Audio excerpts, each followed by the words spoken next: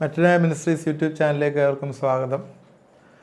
നമ്മൾ കഴിഞ്ഞ ദിവസങ്ങളിലെല്ലാം സ്ട്രോങ് മാൻ, ബലവാനെക്കുറിച്ചാണ് പഠിച്ചുകൊണ്ടിരുന്നത്. ബലവാൻ്റെ നേച്ചർ എങ്ങനെയാണ് എന്നാണ് കഴിഞ്ഞ എപ്പിസോഡിൽ പഠിച്ചത്. ഏത് രീതിയിലാണ് ബലവാൻ്റെ നേച്ചർ, പല പേരുകളിൽ അറിയപ്പെട്ടു എന്ന് നമ്മൾ പറഞ്ഞു. 12 പേരുകൾ നമ്മൾ ബലവാൻ്റെ പേരുകൾ പറഞ്ഞു. നമ്മളെ ഏത് രീതിയിലാണത് നമ്മളെ ഇൻഫ്ലുവൻസ് ചെയ്യുന്നത് എന്ന് പറഞ്ഞു. ഇന്ന് നമ്മൾ ചിന്തിക്കുന്ന ബലവാൻ ഏത് രീതിയിലാണ് നമ്മുടെ ജീവിതങ്ങളിൽ ഓപ്പറേറ്റ് ചെയ്യുന്നത്, എങ്ങനെയാണ് ഈ ബലവാൻ നമ്മുടെ ജീവിതങ്ങളിൽ പ്രവർത്തിക്കുന്നത്, അതിനെക്കുറിച്ച് 5 പോയിൻറ്റോളം ഉണ്ട്. അത് പറഞ്ഞതിന് ശേഷം നമ്മൾ ഇന്നത്തെ ക്ലോസ് ചെയ്യും. അതിനുശേഷം നാളെ അടുത്ത എപ്പിസോഡിൽ നമ്മളിത് ബൈൻഡ് ചെയ്യുന്നത് എങ്ങനെയാണെന്ന്, ഇതിനെക്കുറിച്ച് ജനറലായിട്ടുള്ളത് മാത്രമേ പഠിക്കുകയുള്ളൂ. അത് സ്പെസിഫിക് ആയിട്ടുള്ള പിന്നീട് നമ്മൾ ഓരോ കേസ് ബേസ്ഡിട്ട് പിന്നെ നമുക്ക് പഠിക്കാം. അപ്പോൾ ഈ സ്ട്രോങ് മാൻ ഓപ്പറേറ്റ് ചെയ്യുന്നത് നമുക്ക് ഈ സ്പിരിച്വൽ വേൾഡിലെ ചില നിയമങ്ങളൊക്കെ ഉണ്ട്. ഈ നിയമം എന്ന് പറയുന്നത് നമുക്കെല്ലാം തന്നെ ഈ ദൈവവചനത്തിൽ ഉള്ള നിയമങ്ങളാണ്. ഈ ദൈവവചനം എഴുതപ്പെട്ടിരിക്കുന്നത് സ്പിരിച്വലായിട്ട് നമ്മളെ അഭിവൃദ്ധിപ്പെടുത്താനായിട്ടാണ് എന്ന് നമ്മൾ മനസ്സിലാക്കുക. ഇതിനകത്തുനിന്ന് എതിരായിട്ട് വരുന്നതൊക്കെ തന്നെ പിശാചിൻ്റെ നിയമങ്ങളാണ്. കാരണം ഇപ്പം ദൈവത്തെ സ്നേഹിക്കുക എന്ന് പറയുമ്പോൾ നമ്മൾ ദൈവത്തെ സ്നേഹിക്കണം, ദൈവത്തിന് ഇഷ്ടമുള്ള കാര്യങ്ങൾ ചെയ്യുക എന്നുള്ളതാണ് അതിൽ മനസ്സിലാക്കുന്നത്. എന്നാൽ അതിനെതിരായിട്ട് ചെയ്യുമ്പോൾ എന്താണ്? ദൈവത്തെ സ്നേഹിക്കാതിരിക്കുക, ദൈവത്തിന് ദോഷം ചെയ്യുക എന്ന് പറഞ്ഞാൽ അത് പിശാചിൻ്റെ പ്രവൃത്തിയാണ്. അപ്പോഴവനൊരു ലീഗൽ റൈറ്റ് അതിനകത്ത് വരും. അത്രേ ഓർത്താൽ മതി. അതാണ് ഏറ്റവും ബെസ്റ്റ്. അന്നേരം ബിബ്ലിക്കലായിട്ടുള്ള പ്രിൻസിപ്പിളിന് എഗൻസ്റ്റായിട്ട് പോകുന്നതെല്ലാം തന്നെ അവനെ സംബന്ധിച്ചിടത്തോളം അവൻ്റെ ഒരു അവകാശമാണ്. നമുക്ക് തന്നിരിക്കുന്ന അവകാശത്തിന് വിപരീതമായി നമ്മൾ ചെയ്യുന്നതെല്ലാം പിശാചിൻ്റെ അവകാശമാണ്. നിയമപരമായി അവനൊരു അവകാശമുണ്ട്. അന്നേരം ദൈവവുമായിട്ടുള്ള ഒരു ട്രീറ്റ് അല്ലെങ്കിൽ ആ ഒരു രീതിയിലൊരു അലയൻസ് പിശാച് വെച്ചിരിക്കുകയാണ്. ദൈവത്തിൻ്റെ വഴിയിലല്ലാത്തവരൊക്കെ എൻ്റെ വഴിയിലാണെന്ന് പിശാച് പറയാം. പിശാച് ദൈവത്തിൻ്റെ വഴിയിലുള്ളവരെയും പിശാചിൻ്റെ വഴിയിലേക്ക് കൊണ്ടുപോകാനായിട്ട് ശ്രമിക്കുമ്പോഴും അവർ ദൈവവചനപ്രകാരം ദൈവകൽപ്പനപ്രകാരം നിലനിന്നാൽ പിശാചിനവിടെ റൈറ്റില്ല. അല്ലാതെ തെറ്റിപ്പോയാൽ അവർക്ക് റൈറ്റുണ്ട്. അങ്ങനെയാണ് അവന് ലീഗൽ റൈറ്റ് കിട്ടുന്നത്. ബൈബിളിലെ 4:27, എഫേസ്യർ 4:27 ഒരു ചെറിയ വാക്യമുണ്ട്. 4:27, neither give place to the devil, പിശാചിന് ഇടം കൊടുക്കരുത്. പിശാചിന് ഇടം കൊടുത്താൽ എന്താണ്? സൂചി ഇടാൻ കൊടുത്താൽ തൂമ്പയിടും എന്നൊക്കെ പറയുന്ന പോലെ ചെറിയൊരു സ്ഥലം കിട്ടിയാൽ മതി, അവൻ കയറി വരും. കാരണം ഇത് സ്പിരിറ്റ്. അത് മാത്രമല്ല, ഈ അന്തരീക്ഷത്തിൽ, ഈ കോസ്മോസിൽ ഒരുപാട് ഈവിൾ സ്പിരിറ്റിൻ്റെ ആക്ടിവിറ്റീസ് ഉണ്ട്. സ്വർലോകത്തിലെ ദുഷ്ടാത്മസേന എന്ന് പറഞ്ഞ വലിയൊരു സേനയുണ്ട്. ഈ സേനയ്ക്ക് ഒരുപാട് ആക്ടിവിറ്റി ഉണ്ട്. ഇതിനെല്ലാം നമ്മൾ ഈ സ്പിരിച്വൽ വേൾഡിൽ വിളിക്കുന്ന പേരെന്ന് പറഞ്ഞാൽ ക്രീച്ചേഴ്സ് എന്നാണ്. Different creatures. ഈ ക്രീച്ചേഴ്സ് പല ഡയമെൻഷൻസ് ഉണ്ട്. ഈ വേൾഡിൽ തന്നെ പല ഡയമെൻഷൻസ് ഉണ്ട്. നമ്മൾ ജീവിക്കുന്ന അന്തരീക്ഷം, അതുപോലെ മേളിലോട്ട് പോകുമ്പോൾ സ്വർഗീയമായിട്ടുള്ള അത്യുന്നത സ്വർഗത്തിൽ ദൈവം ഇരിക്കുന്നു, അതിന് താഴെയുള്ള കോസ്മോസ് ലെവലിൽ ഉണ്ട്. പിന്നെ നമ്മൾ വസിക്കുന്ന സ്ഥലമുണ്ട്, പിന്നെ അധോഭാഗങ്ങളുണ്ട്, ഭൂമിക്കടിയിലുണ്ട്, സമുദ്രമുണ്ട്. ഇങ്ങനെയൊക്കെയുള്ള പല ഡയമെൻഷൻസ് ഉണ്ട്. ഈ ഡയമെൻഷൻസിനെല്ലാം തന്നെ പിശാച് പല രീതിയിൽ ഇൻവോൾവ് ചെയ്യുന്നുണ്ട്. ഈ ഇൻവോൾവ് ചെയ്യുന്നതിന് അവരെ പറയുന്നത് അവരായിരിക്കുന്ന സ്ഥലങ്ങൾ ഡയമെൻഷൻ എന്ന് പറയുന്നു. അങ്ങനെയുള്ള സ്ഥലങ്ങളിൽ ഉള്ള ക്രീച്ചേഴ്സ്, കാരണം ഇവർക്ക് രൂപവും ഭാവവും ഒന്നുമില്ലല്ലോ. ഇവർ രൂപത്തിലാകുന്നത് ഏതെങ്കിലും ഈ ലോകത്തിൽ വന്നതിന് ശേഷം ഏതെങ്കിലും മനുഷ്യരിലോ മൃഗങ്ങളിലോ പൊസസ് ചെയ്തതിന് ശേഷമാണ് അവർ രൂപം പ്രാപിക്കുന്നത്. അല്ലാതെ നമ്മൾ ദർശനത്തിലൊക്കെ കാണുന്നുണ്ട്. പിശാചിനെ കാണുന്നവരുണ്ട് ദർശനത്തിൽ, ദൈവത്തെ കാണുന്നവരുണ്ട് ദർശനത്തിൽ. അങ്ങനെ പല ആൾക്കാരുണ്ടല്ലോ. അവരൊക്കെ എങ്ങനെയാണെന്ന് വെച്ചാൽ ആ രീതിയിൽ അവരുടെ ദർശനത്തിൽ പ്രസൻ്റ് ആവുകയാണ്. പിശാചും പ്രസൻ്റ് ആവും, ദൈവവും പ്രസൻ്റ് ആവും. ദൈവം പ്രസൻ്റ് ആവുന്ന ദൈവത്തിൻ്റെ ദൂതന്മാരും നമ്മൾ പറയുന്ന ഏഞ്ചൽസും ഒക്കെ പ്രസൻ്റ് ആവുന്ന നമ്മൾക്ക് പലതും അറിയാം. നമ്മൾ ഏഞ്ചൽസിൻ്റെ ശുശ്രൂഷയെക്കുറിച്ച് പഠിക്കുകയും ഒക്കെ അതിനെ കൂടുതൽ നമുക്കതിനെക്കുറിച്ച് ചിന്തിക്കാം. അപ്പോൾ ഈ പിശാചിന് ഇടം കൊടുത്താൽ അവൻ അവിടെ ഒരു ലീഗൽ റൈറ്റ് സ്ഥാപിക്കും. ഇതെങ്ങനെയാണ് നമ്മൾ ഇടം കൊടുക്കുന്നത് എന്നുള്ളത് ഞാനൊന്ന് സൂചിപ്പിക്കാം. ഏറ്റവും പ്രധാനമായിട്ട് ദൈവകൽപ്പന, ദൈവ നിയമത്തിന് എതിരായിട്ട് പ്രവർത്തിക്കുന്നത് തന്നെ ആണ് ഫസ്റ്റ് കാര്യം. അതിന് പറയുന്നത് എന്താണ്? അനുസരണക്കേടിന് പറയുന്നത് സിൻ, പാപം. അത് ഈ പാപം ആണ് ഏറ്റവും പ്രധാനപ്പെട്ടൊരു കാര്യം. മനുഷ്യരാരാ പാപം ചെയ്യാത്ത? എല്ലാവരും പാപം ചെയ്യും, അല്ലേ? വിശ്വാസി എന്ന് പറഞ്ഞാലും പാപം ചെയ്യും, അവിശ്വാസി എന്ന് പറഞ്ഞാലും പാപം ചെയ്യും. ആ വിശ്വാസിയെ സംബന്ധിച്ചിടത്തോളം പാപം എന്നൊരു ഡെഫിനിഷനുണ്ട്. അവിശ്വാസിയെ സംബന്ധിച്ചിടത്തോളം പാപം എന്ന് പറയുന്നൊന്നുമില്ല. അവന് ഉള്ള മോറൽ റൈറ്റ് വെച്ച് അവൻ വർക്ക് ചെയ്തുകൊണ്ടേയിരിക്കും. കാരണം എന്താ ഈ മോറൽ റൈറ്റ് ക്രിയേറ്റ് ചെയ്യപ്പെടുന്നത് നമുക്കറിയാമല്ലോ. ലോകത്തിലുള്ള നിയമം അനുശാസിക്കുന്ന കാര്യമാണ് മോറൽ റൈറ്റിൽ വരുന്നത്. ലോകത്തിലെ നിയമം പറയുന്നു staying together is not a problem എന്ന് ലോകത്തിലെ നിയമം പറഞ്ഞാൽ അവനെ സംബന്ധിച്ചിടത്തോളം ഇറ്റ് ഈസ് നോ പ്രോബ്ലം, അല്ലേ? എന്നാൽ വിശ്വാസിയെ സംബന്ധിച്ചിടത്തോളം അങ്ങനെയല്ല. മോറൽ ആയിട്ടുള്ള കാര്യമല്ല, സ്പിരിച്വലായിട്ടുള്ള കാര്യത്തിനാണ് പ്രാധാന്യം. സ്പിരിച്വലുള്ള കാര്യം മോറലിനേക്കാളും ഉപരിയായിരിക്കും. നേരത്തെ പറഞ്ഞില്ലേ, ദുർനടപ്പ്, വ്യഭിചാരം എന്ന് പറയുന്നത് മോറലായിട്ട് ആക്ഷനുമാണ് പറയുന്നത്, അല്ലേ? ആക്ഷന് വേണ്ടിയാണ് പറയുന്നത് മോറൽ എന്ന് പറയുന്നത്. ഞാനൊരു സ്ത്രീയുമായിട്ട് ബന്ധപ്പെടുക, ലൈംഗിക ബന്ധത്തിൽ ഏർപ്പെടുക എന്നുള്ളതാണ് ഒരു വ്യഭിചാരം. എന്നാൽ സ്പിരിച്വൽ ആംഗിളിൽ വരുമ്പോഴത്തേക്ക് എൻ്റെ ഹൃദയത്തിൽ അങ്ങനെ നിരൂപിച്ചാൽ ഞാൻ പാപം ചെയ്യുന്നു എന്ന് പറയും, അല്ലേ? രണ്ടും വ്യത്യാസമല്ലേ? ഒന്ന് moral and spiritual. Spiritual is superior than moral. എപ്പോഴും അത് നമ്മൾ മനസ്സിലാക്കുക. ആത്മീയ കാര്യങ്ങൾ സാധാരണയുള്ള നിയമത്തിൽ നിന്നും സുപ്പീരിയറാണ്. അപ്പോഴും ഞാൻ മനസ്സിൽ അങ്ങനൊരു പാപം ചെയ്താൽ, ഞാൻ എക്സ്റ്റേണലായിട്ടൊന്നും ചെയ്തില്ല, മനസ്സിലൊരു പാപം ചെയ്താൽ എൻ്റെ മനസ്സിൽ ഈ പിശാചിനൊരു ലീഗൽ റൈറ്റ് വരികയാണ്. അന്നേരം അത് പിന്നെയും കൊണ്ടുവന്നുകൊണ്ടിരിക്കുക. അങ്ങനെ ഒരിക്കൽ ചെയ്ത് കഴിയുമ്പോൾ എന്താ സംഭവിക്കുന്നത് ചോദിച്ചാൽ, there are so much creatures in this spiritual realm. They will send frequencies. അവരിങ്ങനെ ഫ്രീക്വൻസീസ് അയച്ചുകൊണ്ടേയിരിക്കും. പ്രത്യേകിച്ച് നമ്മുടെ ഏർജ്, നമ്മുടെ ഡിസയറുകൾ ഡെവലപ്പ് ചെയ്യുവാനായിട്ട് അതിങ്ങനെ അയച്ചുകൊണ്ടേയിരിക്കും. അതുകൊണ്ടാണ് വീണ്ടും വീണ്ടും പാപം ചെയ്യാനും അങ്ങനെ ചിന്തിക്കാനും ഒക്കെ പ്രേരിപ്പിക്കും. അങ്ങനെ ചിന്തിച്ച് എന്താ സംഭവിക്കുന്നത്? അൾട്ടിമേറ്റ്ലി നമ്മളൊരു വലിയ കോട്ട കെട്ടും. അത് നമ്മൾ ഇനിയും അടുത്ത ഈ സ്ട്രോങ് മാനെ ബൈൻഡ് ചെയ്തതിന് മുമ്പ് ഉള്ള വിവരം പറയാം. അതിന് മുമ്പ് തന്നെ അത് പറയാം. ഞാൻ അടുത്ത പോയിൻ്റായിട്ടാണ് വരുന്നത്, കോട്ടയുടെ കാര്യം വരുന്നുണ്ട്. നല്ല രീതിയിൽ, പല രീതിയിൽ നമുക്ക് ഈ ലീഗൽ റൈറ്റ് ഇവൻ കൊണ്ടുവരും. ഒന്ന് അൺകൺഫസ് സിൻ. രണ്ടാമതുള്ള, ഞാൻ ഒരുപാട് കാര്യങ്ങളുണ്ട്, 2-3 പോയിൻറ്റ്സ് ഞാൻ പറഞ്ഞ് പെട്ടെന്ന് നിർത്താം. അൺകൺഫസ് സിൻ, അതുകൊണ്ടൊരു പാപം ചെയ്താൽ ഓർക്കേണ്ട ഒരു കാര്യം, ഇവൻ ഓപ്പറേറ്റ് ചെയ്യാതിരിക്കണമെങ്കിൽ അപ്പം തന്നെ ദൈവത്തോട് ഏറ്റു പറയുക. ആ സമയത്ത് വീട്ടിൽ പോയി വൈകിട്ട് ഞാൻ കുടുംബ പ്രാർത്ഥനയിൽ ഇരിക്കുമ്പം പാപം ഏറ്റു പറഞ്ഞോളാം, അല്ലെങ്കിൽ പേഴ്സൺ അല്ല, എൻ്റെ മനസ്സിൽ അറിയാതെ അങ്ങനൊരു ചിന്ത വന്നു, കർത്താവേ അടിയനോട് ക്ഷമിക്കണമേ. അങ്ങനൊരു 10 പ്രാവശ്യം പറയുമ്പോൾ പിന്നെ ആ ചിന്ത വരത്തില്ല. അവിടെയാണ് ആ വിക്ടറി വരുന്നത്, ഈ അൺകൺഫസ് സിൻ. രണ്ടാമത് ബിറ്റർനെസ്. നമ്മൾ വേറൊരാളോട് മനസ്സിലിങ്ങനെ പകയും വിദ്വേഷവും വെച്ചുകൊണ്ടിരിക്കുന്ന കാര്യം. ഇത് ഭയങ്കരമായിട്ട് നമ്മുടെ ഉള്ളു മാത്രമല്ല, നമ്മളെ നെഗറ്റീവ് തോട്ട്സ് കണ്ടമാനം വർദ്ധിക്കാനായിട്ട് വരും. പിന്നെ നമ്മുടെ കോൺഫിഡൻസ് ലെവൽ വരെ താഴോട്ട് പോകും. മറ്റുള്ളവരോട് എപ്പോഴും പകയും പ്രതികാരവും ചെയ്യണമെന്ന് പറഞ്ഞ് നമ്മുടെ ഉള്ളങ്ങ് കയ്പായി പോകും. ഇതൊരു ഒന്നത് അതൊക്കെ അങ്ങനെ വരുമ്പോഴത്തേക്ക് ഇതുമായിട്ട് റിലേറ്റ് ചെയ്ത് ഒരുപാട് ഈവിൾ സ്പിരിറ്റ്സ് ഉണ്ട്. അത് നമ്മൾ വരുന്നുണ്ട്, താഴോട്ട് വരുന്നുണ്ട്. അത് എങ്ങനെയാണ് റാങ്കിങ്ങിൽ വരുമ്പം വരാം. അപ്പോഴേ ബിറ്റർനെസ്. അതുപോലെ മൂന്നാമത് ഐഡലട്രി എന്ന് പറഞ്ഞാൽ വിഗ്രഹത്തെ ആരാധിക്കുന്ന ദൈവത്തിന് ഇഷ്ടമല്ല. എന്നാൽ ദൈവത്തേക്കാൾ ഉപരിയായിട്ട് എന്ത് വന്നാലും അത് വിഗ്രഹമാണ്.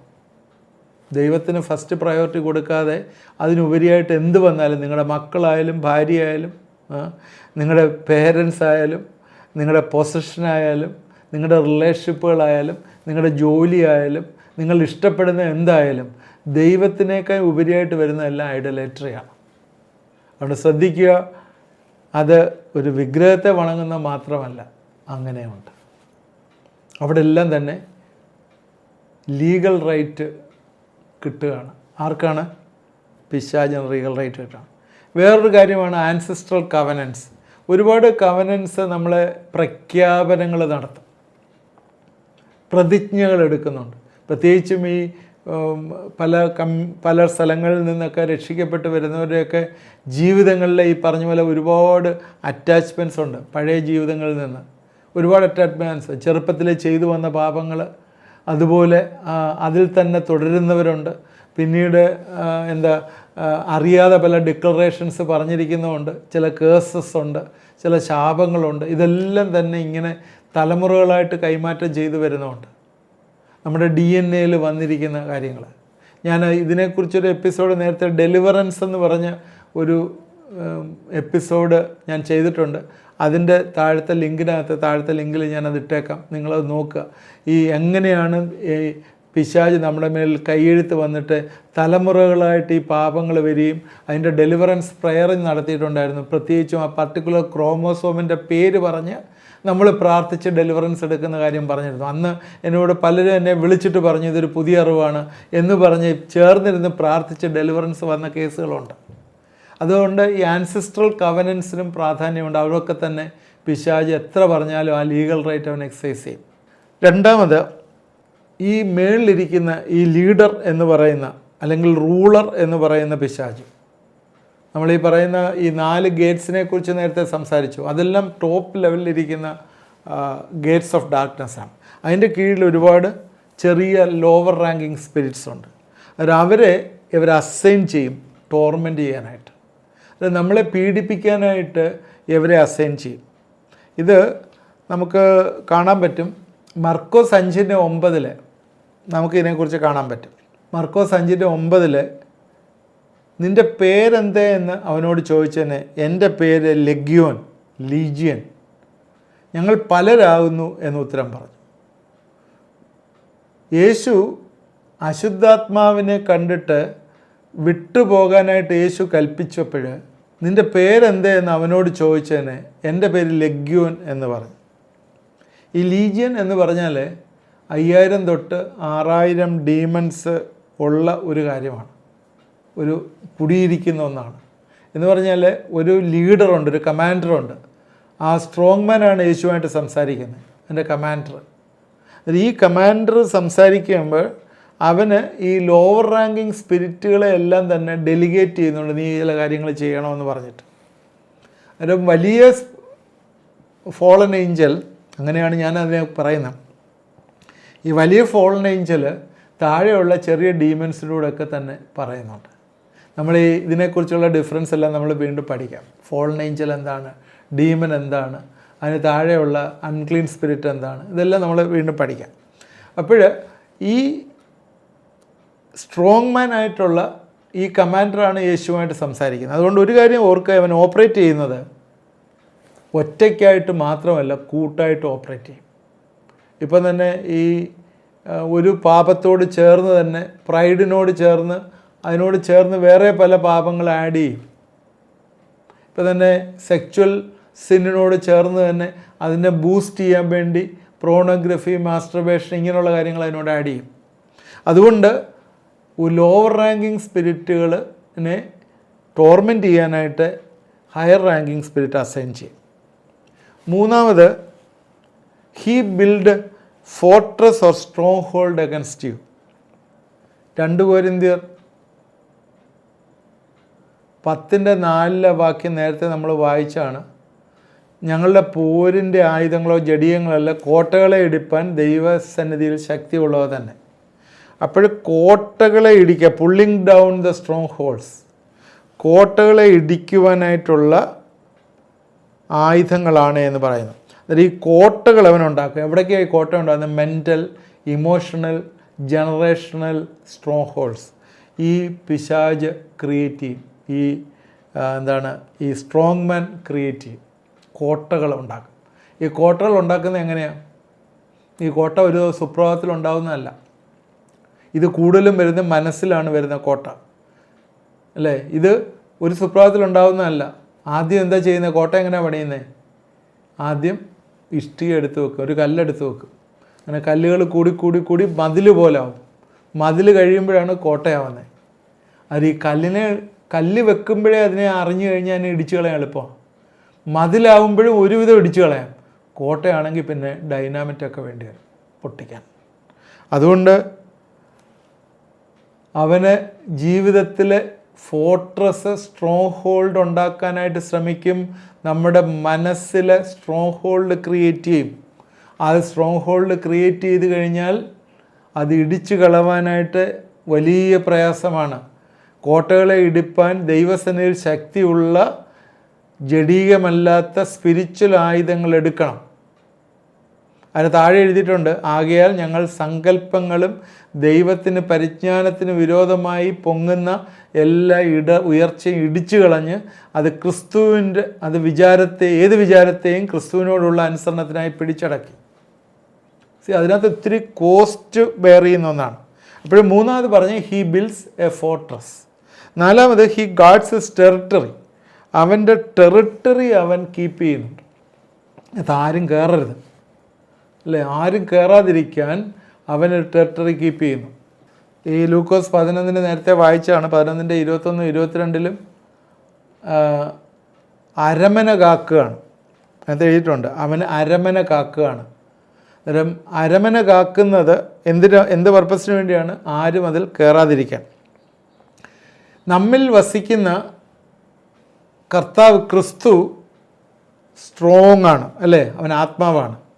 അതിനാൽ അവൻ ബലവാന്മാരെക്കാൾ ബലവാനാണ്.